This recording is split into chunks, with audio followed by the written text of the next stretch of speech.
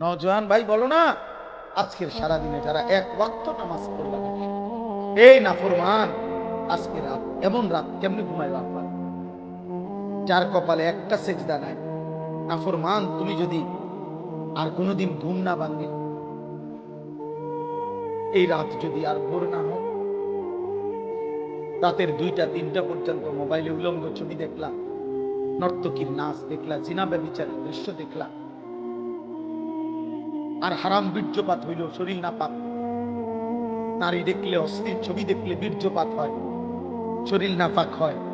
তাহলে একটা সেজদাও দিলা না, সারা রাত অস্থিরতা করে শরীর না পাক করে ঘুমায় রইলা।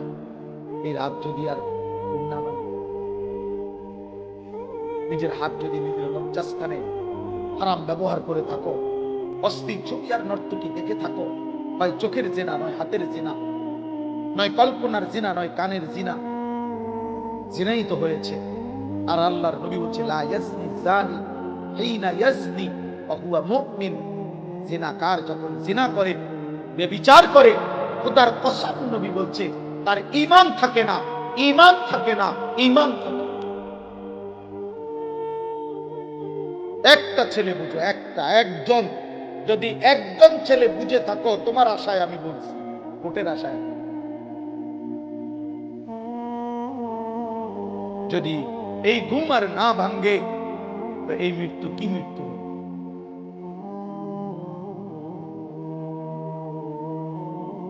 আল্লাহ হেফাজত, আল্লাহ হেফাজত। এই জন্য আল্লাহ তাআলা বলছে, বান্দা, রব্বিল আলামিন, আমি রব, আমি এই সৃষ্টি জগতের রব, আমি সবার লালন পালন করছি, অতএব প্রশংসা আমার। আল্লাহ বলছে, বান্দা, আর রহমানির রহিম। কেন লালন পালন করছি জানো? আমি কারো চাপে পড়ে না, বাধ্য হয়ে না, কারো প্রেসারে না, কারো জবরদস্তির কারণে না। আর রহমানির রহিম, আমি ভীষণ দয়ালু, আমি পরম করুণাময়, আমি সীমাহীন দয়ালু, রহমতের সাগর আমি, আমি আরহামুর রাহিমিন, আমি দয়া মায়ার সাগর। আমি যে তোমারে বানাইছি, তখন আমি তোমারে না খাওয়াইয়া রাখি কেমনে? আমি তোমারে ঘুম না পারাইলে তুমি যে বাঁচবা না, চোখে ঘুম না দিলে তুমি টিকবা কেমনে? খাবার না দিলে তুমি টিকবা কেমনে? আসমান ও জমিন না রাখলে তুমি বাঁচবা কেমনে? নিঃশ্বাসের সার্কুলেশন না হলে তুমি বাঁচবা কেমনে? হৃদয়ের স্পন্দন, হার্টবিট না হইলে তুমি টিকবা কেমনে? আমি যে তোমারে বানাইছি বান্দা, যেন আমি রহমান, আমি রাহিম, আমি দয়া করে, মায়া করে তোমাকে লালন পালন করছি। আমারে ডাকলেও তোমারে খাওয়াই, না ডাকলেও খাওয়াই, সেজদা দিলেও, সেজদা না দিলেও, গোলামি করলেও, নাফরমানি করলেও, ঈমান আনলেও, কুফরি করলেও, আল্লাহ বলেন আমার দয়ার কারণে আমি গোটা সৃষ্টি লালন পালন করছি। তবে মানুষ, এটা শুধু মনে রেখো, আজ যেমন দয়া দেখে তুমি ভুল করো না, আমি কিন্তু মালিক ইয়াউমিদ্দিন, আমি কিন্তু বাদশাহ, আমি কিন্তু রাজাধিরাজ, আমি জব্বার, আমি কাহ্হার, আমি আজিজ, আমি যুনতিকাম, আমি শাদীদুল ইকাব, আমি সারিউল হিসাব।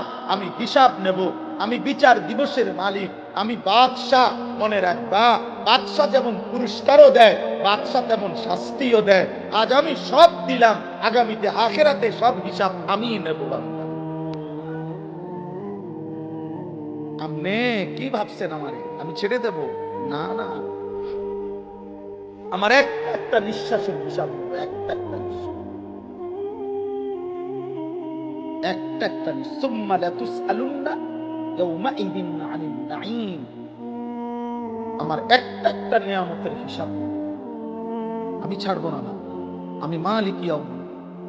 আজকে তোমরা ছেলেরা অনেকে মনে করছো তোমার আব্বা তোমার যেহেতু আর ডাক দেয় না, তোমার মা ডাক দেয় না, গ্রামের কেউ আর তোমারে ডাকে না, তোমার চুল মুশরিকের মতো, তোমার শরীর নাপাক, একবারে পেশাব কইরা পানি নাও না, ঢিলা কুলুক পানি ব্যবহার করো না, তুমি তো নাপাক, তুমি অপবিত্র, তুমি দুর্গন্ধ,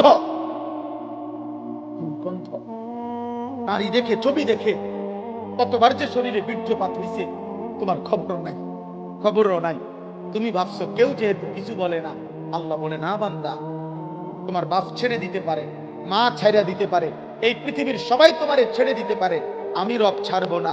আমি যেমন আজ সব দিলাম, আগামী দিনে আখিরাতে আমি সব হিসাব নেব। ইন্না ইয়াউমাল ফাসলি কানা মিকাতা, আজ সবাইকে একসাথে খাইতে দিলাম, কিন্তু আলাদা করে দেব, পার্থক্য করে দেব। পার্থক্যের একটা দিন আখিরাত, সেটা আমি ঠিক রাখছি। ফারিকুন ফিল জান্নাহ ওয়া ফারিকুন ফিস সাঈদ, এক দলকে জান্নাত দেব, আরেক দলকে জাহান্নাম দেব। এক দলকে শান্তি দেব, আরেক দলকে শাস্তি দেব। এক দলকে পুরস্কার দেব, আরেক দলকে তিরস্কার করব। এক দলকে আমি নিয়ামত দেব, আরেক দলকে আযাব দেব। আমি ছাড়ব, আমি ছাড়ব না। আমার একটা একটা সুতা, আমার একটা একটা নিঃশ্বাস, আমার এক এক সেকেন্ড, আমার দেওয়া রিজিকের এক এক লোকমা, আমার দেওয়া একটা একটা চোখের পলক আমি হিসাব নেব। এজন্য হাদিসে আছে, নবীজি একদিন হযরত ওমর রাদিয়াল্লাহু তাআলা আনহুকে দেখছে 3 দিন ক্ষুধার্ত থাকার পর হযরত ওমর তিনি 2টা খেজুর আর 1 ডুব পানি পান করছে।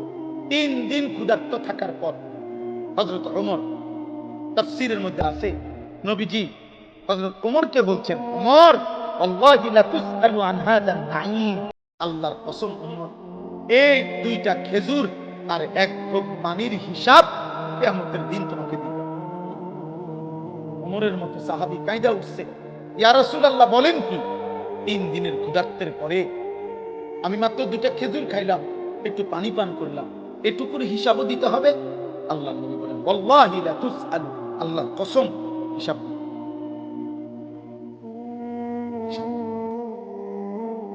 কি বাপ, এক এক প্লেট ভাতের হিসাব দিতে হবে না?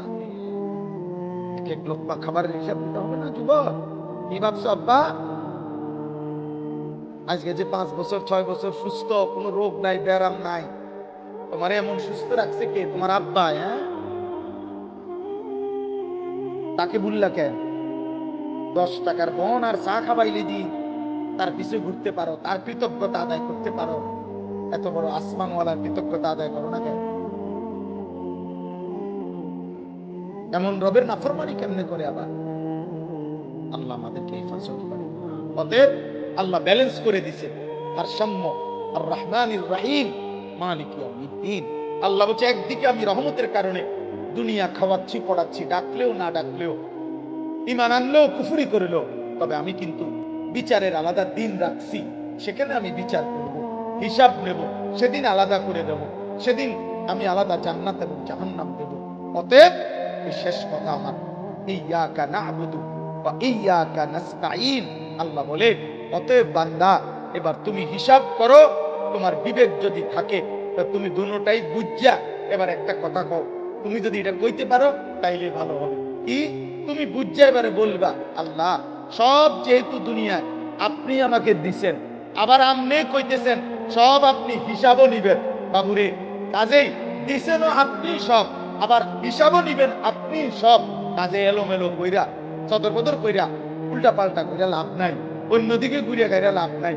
ইয়্যাকা না'বুদু, আমি স্বীকৃতি দিলাম আমি আপনার গোলামি করব। খুদা সদর বদর কইরা লাভ কি? এদিক সেদিক করে করব, আমি আপনার গোলামি করব, আপনার গোলামি করব। এবার শেষ হলো আল্লাহ ওয়া ইয়্যাকা নাস্তাঈন, আমি না, আমি একটা জিনিস শুধু চাই, আমি ঠিক হয়ে যাম, ভালো হয়ে যাম কইছি, আমি আপনার ইবাদত করব, তবে শুধু আমার একটা চাওয়া, আল্লাহ আমি দুর্বল মানুষ, আমি আপনার বান্দা, আমি আপনার সাহায্য প্রার্থনা করি, আপনি আমারে সাহায্য করেন, আমি যেন সেজদা দিতে পারি, আমি যেন আপনার গোলামি করতে পারি, আমি যেন একটা একটা গুনাহ ছেড়ে দিতে পারি, আপনি আমারে এমন তৌফিক দিয়েন।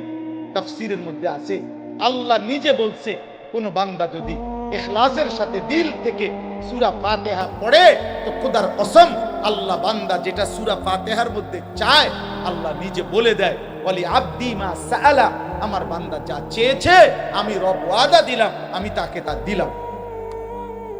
তাহলে বান্দা যদি তুমি চাও আমি তোমাকে সাহায্য করতাম, তো আমি আল্লাহ ওয়াদা দিলাম তোমার ইবাদত করতে, গুনাহ ছাড়তে, আমার হুকুম মানতে, আমি তোমাকে সাহায্য করব।